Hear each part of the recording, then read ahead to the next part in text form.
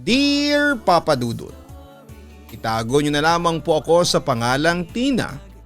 25 years old, may asawa at isang anak. 19 years old po ako nang magpumilit sa kapatid kong si Ate Mira na dalhin niya ako dito sa Maynila para magtrabaho at makatulong na rin sa pamilya namin. 7 kasi kaming magkakapatid at parehong magbubukid ang mga magulang namin. Si Ate Mira ang panganay, si Kuya Ruben ang sumunod. Pero maaga siyang nag-asawa at ako nga ang pangatlo. Puro nag-aaral pa ang 4 ko pang kapatid kaya nga lahat kami halos ay kay Ate Mira umaasa. Mabait po si ate at hindi makasarili kaya kahit nahihirapan na siya ay pilit niyang tinatago yon. Sa pagpipilit ko nga ay nakarating ako dito sa Maynila at dito ko nalaman na hindi pala ganon kadaling kumita ng pera. Lalo na kung high school lamang ang natapos mo. Gusto ko nang sumuko noon sa trabahong napasukan ko pero tiniis ko ang lahat para sa pamilya ko. Hanggang sa nakilala ko nga si Gilbert. Sa kanya ko naramdaman ang totoong pagmamahal hanggang sa nagpakasal kami. At unti-unti na nga nagbago ang buhay ko. Pero naging maayos man ang pamumuhay ko kasama ang asawa at isa naming anak ay hindi ko pa rin nalimutan ng pamilya ko sa probinsya. Lalong lalo na si Ate Mira. Kaya madalas ko siyang pinupuntahan sa bahay niya at dinadalaw. Nagdadala ako ng mga pagkain sa kanya kasunod ng pakikipagkwentuhan ng tungkol sa mga bagay na pinagkakaabalahan o pinupuntahan niya. Masaya naman kasing kasama at kausap ang ate ko, Papa Dudut. Malapit din kami sa isa't isa at nasasabihan ko siya ng mga problema ko. Dahil mag-isa lang siyang nakatira sa apartment niya, ilang beses ko siyang niyayayang doon na lamang sa bahay namin ng asawa ko tumira. Pero ayaw naman niya doon ako nagwo-worry dahil madalas na napapaaway si Ate Mira sa lugar nila. Lalo na noong may isang beses na may sumugod na babae sa tinutuluyan niyang bahay. Sinabi ng babae na tigilan na raw ni ate ang asawa niya pero hindi naman siya pinansin ni Ate Mira. Hinayaan niya lang ang babae na magsisigaw sa labas ng bahay niya. Bago siya may tinawagan na lalaki. Hello Erwin, yung girlfriend mo sundin mo nga dito, nanggugulo na naman. Huwag mong hintayin maubos ang pasensya ko ha. Pag ako hindi nakapagpigil, ingungod-ngud ko talaga ang mukha niyan sa pader. Bilisan mo, sundin mo na. Naiinis na wika ni Ate Mira sa kausap niya sa cellphone. At sino yung tinatawagan mo? At saka sino ba yung babaeng nasa labas? Pag-uusisa ko nang maibabana ni Ate Mira ang tawag. Ay nako, si Tamang Duda yung babaeng yan. Jowa ni Erwin eh. Selos sa ganda ng ate mo. Kesyo nakita raw kami magkasama nung isang araw ng boyfriend niya. Ayan, galit na. Mga agaw daw ako. Naiinis na sagot ni Ate Mira. Sino ba kasi yung Erwin? At saka bakit ba kayo magkasama? Tanong ko ulit. Kaibigan ko nga lang yun. May in-order kasi sa akin yun kaya nagkita kami. Yung girlfriend lang talaga niyang madumi ang utak. Tamang hinala lagi. Sagot naman niya. Wala ba talagang nangyari sa inyo ng Erwin? Pagdududa ko. Hello, wala no. Kaibigan ko nga lang yun. At saka hindi ba sinabi ko na sa iyo na tumigil na ako dyan sa ganyang gawain? Kaagad namang wika niya. Mabuti naman kung ganun. Pasensya na kung napataas ang boses ko. Concern lang naman ako sa iyo ate, ang sabi ko. Alam ko naman eh, kaya nga hindi ba? Eto at nagbago na ako. Tinutuloy-tuloy ko na yung racket ko sa pagme-makeup. At saka ayan nag-reseller na rin ako sa online business ng kaibigan ko. Sayang din kasi ang kita dito. Pagkwento pa niya. Oo, tama yan ate, galingan mo dyan. May tiwala akong magiging successful ka dyan. Basta ate, pag kailangan mo ng tulong, andito lang ako ha. Magsabi ka lang, ang wika ko naman. Papa Dudut at sa lahat ng mga nakikinig ngayon, may dahilan kung bakit ako ganyan mag-alala sa ate ko. Binabantayan ko talaga siya para masiguradong hindi na siya babalik sa babaeng taga-bigay ng aliw. Oo, inaamin ko yan ang naging trabaho namin dito sa Maynila. Nung una nga akong makarating dito ay ayaw pang sabihin sa akin ni ate kung ano talaga ang trabaho niya bukod sa pagiging makeup artist. Hanggang sa ako na mismo ang nakadiskubre sa ginagawa niya. Mangiyak-ngiyak si ate nang magkausap kami tungkol doon at sinabi niya na hindi niya maiwan ang trabahong yon dahil sa laki ng kinikita niya. Kailangan niya ang perang yon para suportahan kaming pamilya niya. Ramdam ko noon kay ate na hirap na siya pero wala siyang magawa kaya naglakas loob ako noon na sumabak na rin sa ganong trabaho. Bahala na, kung ito lang ang paraan para makatulong ay gagawin ko. At malaki nga ang naitulong noon sa pamilya namin na walang kalam-alam sa pinagdadaanan namin ni ate. Hanggang sa unti-unting nakabangon kami at nagkaroon ng maliit na tindahan si mama at isa sa mga kapatid ko ang naging scholar naman. Napangasawa ko nga si Gilbert at nakumbinsi ko si ate na tumigil na sa maduming gawain yon. Sabi ko sa kanya ay maghanap kami ng ibang paraan para magkapera basta kahit na anong mangyari ay huwag na huwag kaming babalik sa ganong uri ng gawain. Nagsimula na rin noon si ate na mag-online selling ng iba't ibang klase ng produkto. May pang makeup, mga damit at mga gamit na pang baby. Inalok niya rin ako ng mga paninda niya at kahit nagtitipid talaga ako ay bumibili ako sa kanya ng mga paninda niya kasi gusto kong suportahan ang ginagawa niya. Natutuwa nga ako kapag nakikita ko na kahit papaano ay maayos naman ang online business niya. Basta tutuwa ako kapag pinapakita niya sa akin na nagbagong buhay na rin siya. Gusto kasi na kagaya ko ay magtuloy-tuloy na rin siya sa matinong trabaho at maayos na buhay. Handa akong tulungan siya para maging maayos ang buhay niya na kagaya ng sa akin.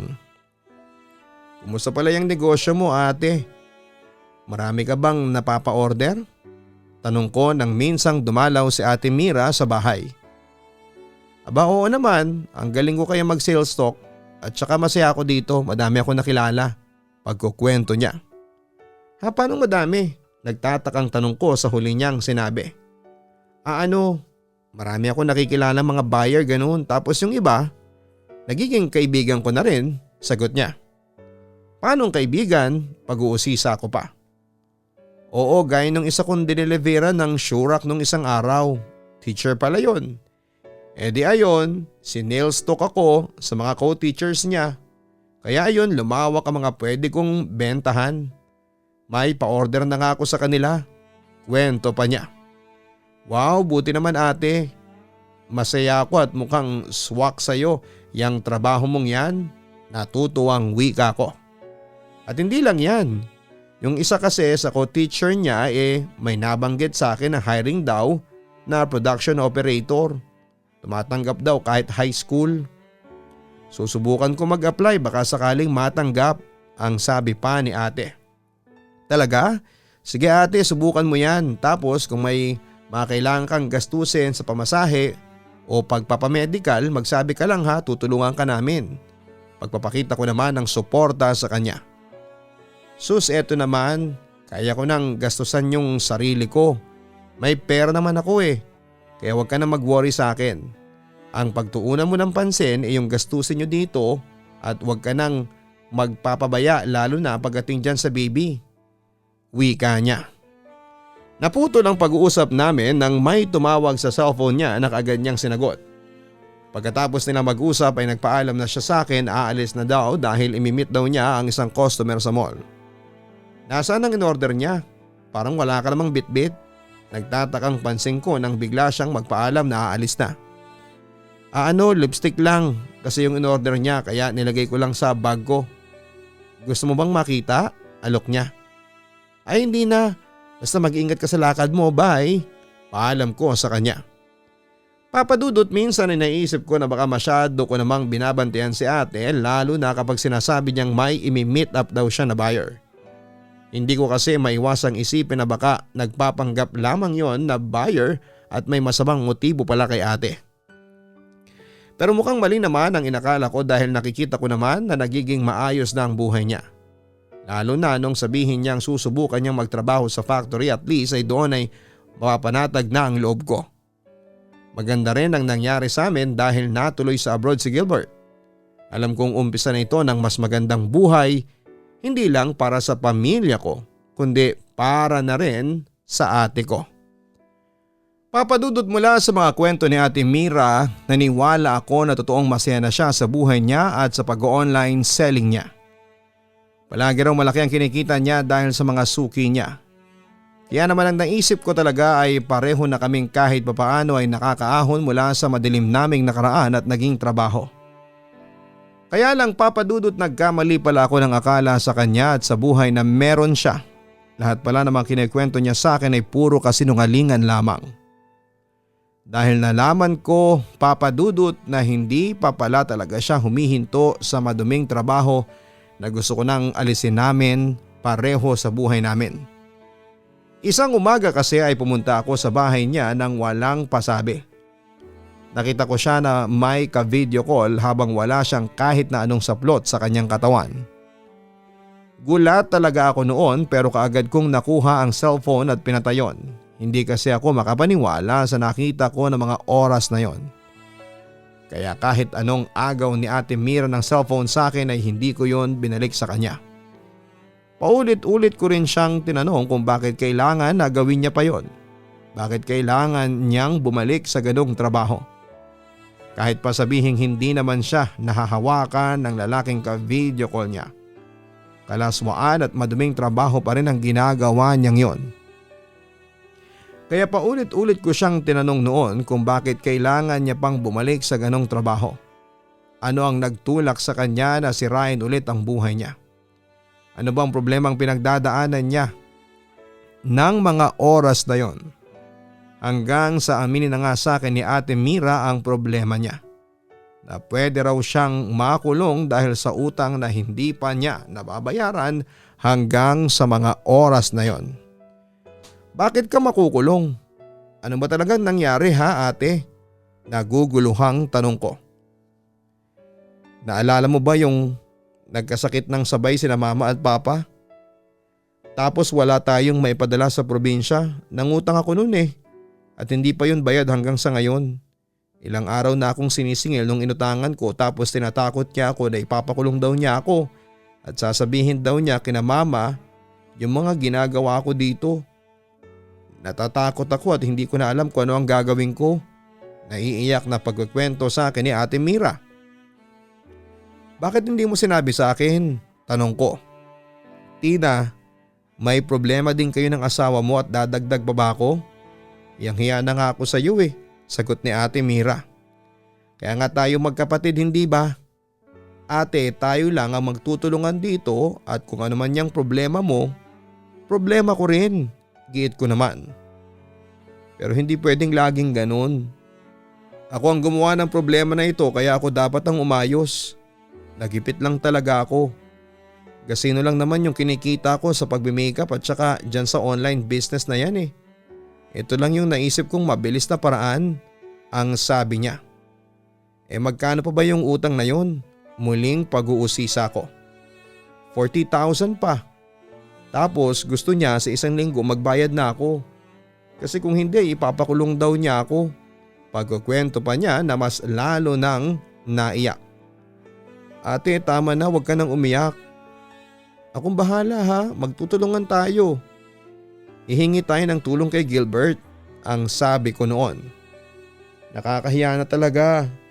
Ako yung ate, ako dapat yung tinutularan mo pero ganito yung ginagawa ko. Nagiging pabigat pa ako sa iyo, ang wika niya. Ate, hindi totoo yun. Unang-una, yung perang yun ay ginamit mo para kina mama at papa. At huwag mong isipin na pabigat ka. Huwag ka nang umiyak. Hahanap tayo ng paraan at sigurado akong may paraan pa.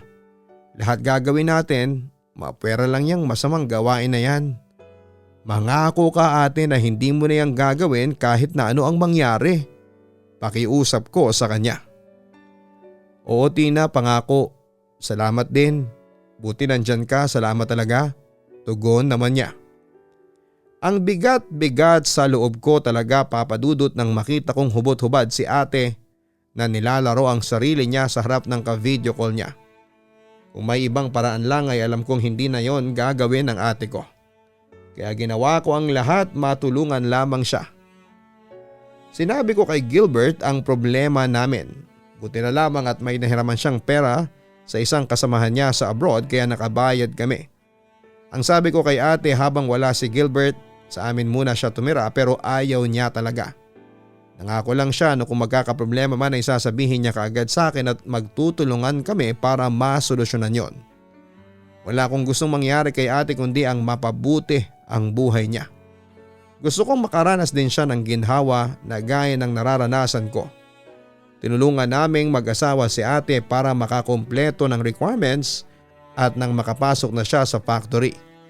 Noong una tumanggi pa siya pero sinabi ko na lamang na isipin niya na lamang na utang niya yon sa amin at bayaran na lamang niya kapag sumweldo siya.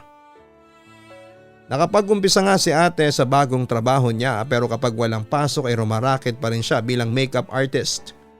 Nagpapadala pa rin siya kina mama kahit sabi ko na ako na muna ang bahala habang nag-iipon pa siya. Pero sabi niya ay hayaan ko na raw siya. Sa ganyang paraan daw kasi siya sumasaya. Hanggang kaya niya, gusto niyang pangatawanan ang pagiging ate at hindi niya ipapahalata kung nahihirapan man siya. Nung una ay nakita ko na nagiging maayos ang buhay at sarili niya. Natuwa talaga ako at naisip ko na yun na nga ang pagkakataon na hinihintay ko na mangyari sa kapatid ko. Yung maging maayos na rin daw sa wakas ang buhay niya. Kaya lang, Papa Dudut, ay dumating na naman ako sa point na may kakaiba akong nararamdaman. Parang may kutob ako na hindi maintindihan.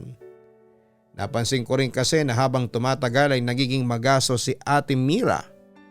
Madalas niya akong niyayayang kumain sa labas at siya pa ang nagbabayad. Binibilihan niya rin ako ng mga gamit pati na ang baby ko. Napansin ko rin ang mga bago at mamahalin niyang gamit, lalo na ang cellphone niya. Sinabi niya naman noon na second hand lang ang cellphone niya na yon. Pero mukha talagang bago. Ayoko sanang i-entertain ang kakaibang kaba na nararamdaman ko pero mas lumalakas yon habang tumatagal. Hanggang sa bisitahin ko ang website kung saan ay dating nagtatrabaho si Ate Mira. Nagulat ako nang makita ko na nandun pa rin ang malaswang litrato niya pati na ang cellphone number niya. Kaya naman nag-decide ako noon na tawagan si Ate Mira. Hello ate. Bati ko nang masagot niya ang tawag. O Tina, ano yon? Tanong naman niya. Ate, may tatanong lang sana ako sa iyo ha. Nasaan ka kagabi? Kagabi? Nasa company. Sagot naman niya. Talaga? Pagdududa ko. Oo naman, ano ka ba? May problema ka ba, Tina? Tanong niya. Wala naman ate, sagot ko. Tapatin mo nga ako. Kanina ko pa kasi napapansin nung nasa mall pa tayo na iba yung gustong tumbukin ang mga tanong mo. Pinag-iisipan mo ba ako ng masama? Naiinis niya ang tanong sa akin. Ate, nag-aalala lang kasi ako. Baka kasi bumalik ka na naman sa ginagawa mo dati. Pagtatapat ko sa kanya. Sabi ko na nga ba hanggang ngayon ba naman wala ka pa ring tiwala sa akin? Hanggang ngayon ba iniisip mo na babalik pa rin ako doon sa maduming gawain na yon? Naiinis na wika pa niya. Ate, hindi naman sa ganun. Nahihirapang sagot ko. Anong ibig mong sabihin? Sa mga kinikilos mo kasi halos ipagsigawan mo na pinagdududahan mo ko. Galit nang sabi niya. Teka ate, huwag ka namang magalit kaagad, sorry na. Paghingi ko ng despensa sa kanya. Ikaw naman kasi, nagtatrabaho na nga ako ng matino, pag-iisipan mo pa ako ng ganyan. Hayaan mo sa susunod na makaluwag ako, wala akong bibilhin na kahit na ano para huwag ka na magduda, ang sabi pa niya. Ate, sandali naman, sorry na. Pasensya ka na, masyado lang talaga ako nagwo-worry sa'yo. O sige, aminin ko mali ako na ganito ako mag-isip. Dapat may mas tiwala na ako sa'yo dahil nangako ka na hindi ka na babalik sa trabahong yun. Kahit na anong mangyari, wika ko. Alam mo naman pala eh. Huwag ka nang paranoid dyan. O siya, gabi na. Matulog na tayo ha. Huwag ka na mag-isip ng kung ano. Bye. Paalam niya bago binaba ang tawag. Tama si ate, siguro ay napaparanoid lamang ako at siguro ay hindi pa nabubura yung picture ni ate sa website kung saan ay andon lahat ng babaeng bayaran sa dati naming pinagtatrabahuhan. Siguro yung nag-comment na kliyente ni ate nung dati pa. Siguro nga ay mali ako na pagdudahan si ate kasi nagbago na siya. Mas okay na ganyan ang isipin ko kaysa naman sa ipilit ko kay ate yung pagdududa ko kahit na hindi naman totoo. At mas gusto kong panghawakan yung mga sinabi niya sa akin dahil dapat akong magtiwala sa kanya. Pero Papa Dudut, napaka mapaglaro talaga ng tadhana. May isang beses kasing nakita ko ang cellphone niya at may nabasa akong usapan nila ng isang lalaki. Hindi ako tanga para hindi ko maintindihan na may nangyayaring kakaiba sa kanilang dalawa. Lumakas tuloy ang pagdududa ko. Ayoko bang isipin na may ginagawa siyang kakaiba pero hindi ko mapigilan ang sarili ko. Isang gabi na sinabi niyang papunta na siyang trabaho ay sinundan ko siya sakay ang isang taxi. Mas lumakas ang kaba ko nang makita kong huminto ang sinasakyan niya sa may harap ng isang motel. Tinawagan ko pa siya noon at tinanong kung nasaan ba siya ng mga oras na yon. Pero tuluyan nang naging tama ang hinala ko nang magsinungaling siya sa akin at sabihin niya na papunta na siya sa kumpanyang pinagtatrabahuhan niya. Hindi na ako nakapagpigil pa at bumaba na ako ng sasakyan. Nakita ko kasi na may isang lalaki ang lumapit sa kanya at tinakbayan siya habang sabay silang naglalakad. Nagulat si ate nang bigla akong sumulpot sa harapan niya. Pilit ko siyang hinihila at pinapasama sa akin pero tumanggi siya. Naiyak na ako noon habang kausap siya. Nakikiusap ako na huwag siyang pumasok sa motel at sumama na lamang sa akin pa uwi. Sumingit na rin noon ang lalaking kasama niya at tinanong kung sino ako. Pero sinabi ni Ate Mira na baliw lang daw ako na pilit na sumusunod-sunod sa kanya. Nasaktan ako noon pero hindi pa rin ako sumuko na hilahin siya pa uwi. Gusto ko na kasi siyang makawala sa kadena ng maduming trabaho na kinakasadlakan niya noon. Gusto ko na siyang maging malaya mula sa madilim na mundo niya. Pero mukhang hindi pa siya handa dahil pilit niya lamang akong pinagtatabuyan. Pilit niya akong pinapaalis hanggang sa bigla na lamang niya akong sampalin na dahilan para saglit akong mapatulala sa kanya. Ang kulit mo kasi, hindi ka talaga makaintindi. Gusto mo talaga yung nasasaktan ka pa. Pag sinabi ko kasing umuwi ka, sigaw ni Ate Mira. Ate, naiiyak na wika ko. O ano, bakit ganyan ka makatingin, nagagalit ka na sa akin? Sige magalit ka, wala naman akong pake sa iyo kaya umalis ka na. Pagtataboy niya sa akin. Ang sama-sama mo, naiiyak sa galit na sigaw ko. Oo na, ako nang masama, ako na lahat. Masaya ka na? Uwi na, bulyaw pa niya sa akin. Uuwi na talaga ako, kung yan ang gusto mo. Sige bahala ka sa buhay mo, galit na ring sigaw ko. Sa kauna-unahang pagkakataon Papa Dudut ay sinampal ako ni ate. Sinampal niya ako kahit ang gusto ko lang naman ay ang ikabubuti niya. Umuwi akong umiiyak noon at hindi ko itatanggi na nagalit ako kay ate. May pagkakataong naisip ko na kung ayaw niyang pinapakialaman ko siya ay bahala na siya sa buhay niya. Pero Papa Dudut, mas matimbang pa rin ang pagmamahal ko sa kanya bilang kapatid dahil magdamag akong hindi mapakali kakaisip sa kanya. Pinagdarasal ko na sana'y walang gawing masama sa kanya yung lalaking kasama niya at sana'y wag niyang samantalahin si ate. May mga kliyente kas talagang hayop ang tingin sa aming mga babaeng bayaran na walang magagawa kundi sundin lahat ng iuutos nila. Kinaumagahan, pinuntahan ko kaagad si ate. Pinapasok niya naman ako sa bahay at noong una ay maayos pa ang pakikipag-usap niya sa akin na para bang hindi kami nag-away kagabi. Hindi ko planong isumbat sa kanya ang mga naitulong ko o ang pagsampal niya sa akin. Wala akong planong awayin siya dahil ang gusto ko lang ay maintindihan kung bakit palagi niyang binababa ang sarili niya sa ganong klase ng trabaho. Kaya naman ang pag-uusap namin na yon ay nauwi rin sa sumbatan, pagtatalo at iyakan, Papa Dudut. Ginawa ko ang lahat, Tina. Sinubukan ko namang magbagong buhay pero palagi pa rin akong hinahatak pabalik sa ganitong gawain. Kung alam mo lang ay diring-diri ako sa sarili ko pero wala akong magawa. Alam mo ba, nung naipasok kita sa trabahong ito ay sobrang laki ng pagsisisi ko. Ang sabi ko noon ay napakawalang silbi kong ate para dalhin ka sa ganitong maduming gawain. Naiiyak na sabi niya. Ate, hindi mo kasalanan ang lahat ng yun. Hindi mo naman ako pinilit, pumayag din naman ako kasi gusto kong makatulong sa pamilya natin. Huwag mong isisi sa iyo ang lahat, ang wika ko sa kanya. Pero kung hindi dahil sa akin, hindi ka iiyak. Tuwing gabi naririnig kitang humihikbi at tahimik na umiiyak. Ang sakit nun para sa akin at hindi kita masisisi kung magagalit ka sa akin, ang sabi naman niya. Hindi yan totoo. Wala akong galit sa iyo, ate, maniwala ka sa akin. Naiiyak na ring wika ko. Lagi kitang ipinagdarasal noon na sana'y magkahimala at iligtas ka ng Diyos sa ganitong gawain. At marunong talaga siya dahil dumating sa buhay mo si Gilbert. Ang saya-saya ko noon para sa iyo. Sa wakas ay nakalaya ka na sa kasakiman ko, ang wika niya. Ate naman, huwag kang magsalita ng ganyan, mabait ka. Kasi lahat ng meron ako ay utang ko sa iyo.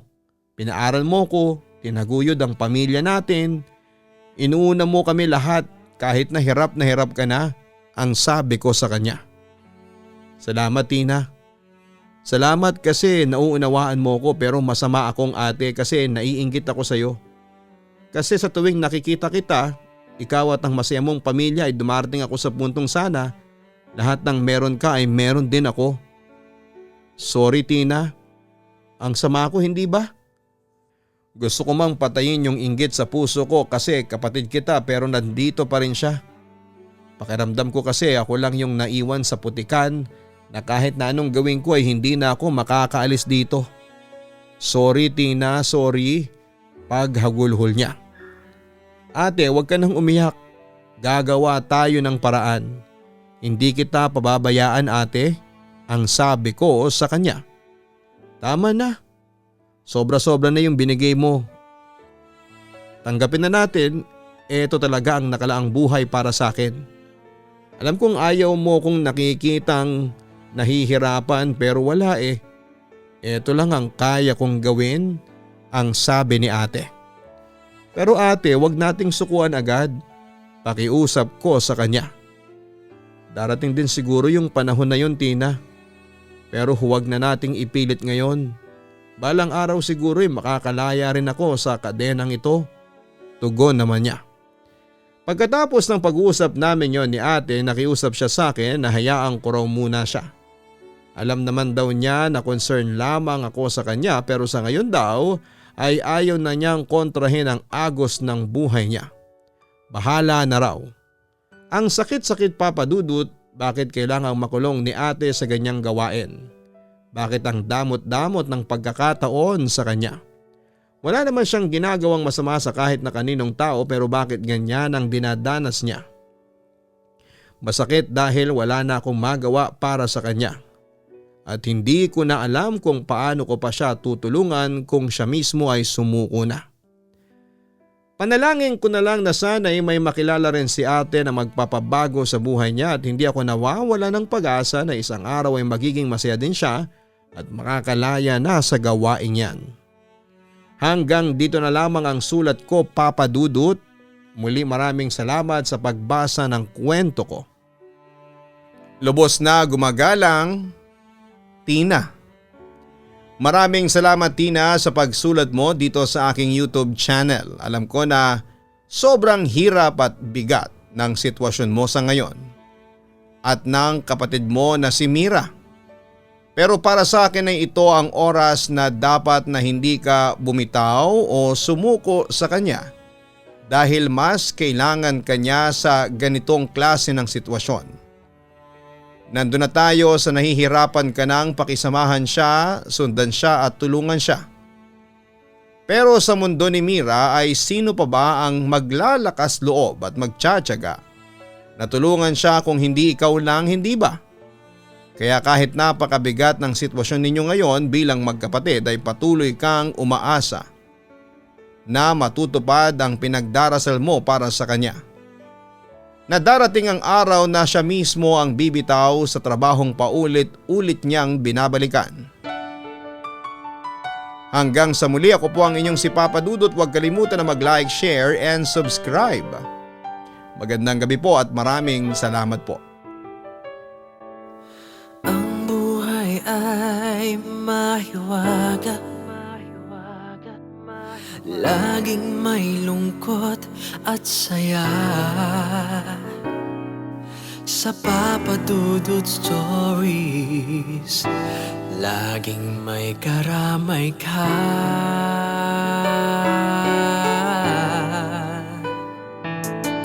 Mga problemang kay bigat, dito ay pakikinggan ka. Sa Papa Dudut Stories, kami ay iyong kasama. Dito sa Papa Dudut Stories, ikaw ay hindi nag-iisa.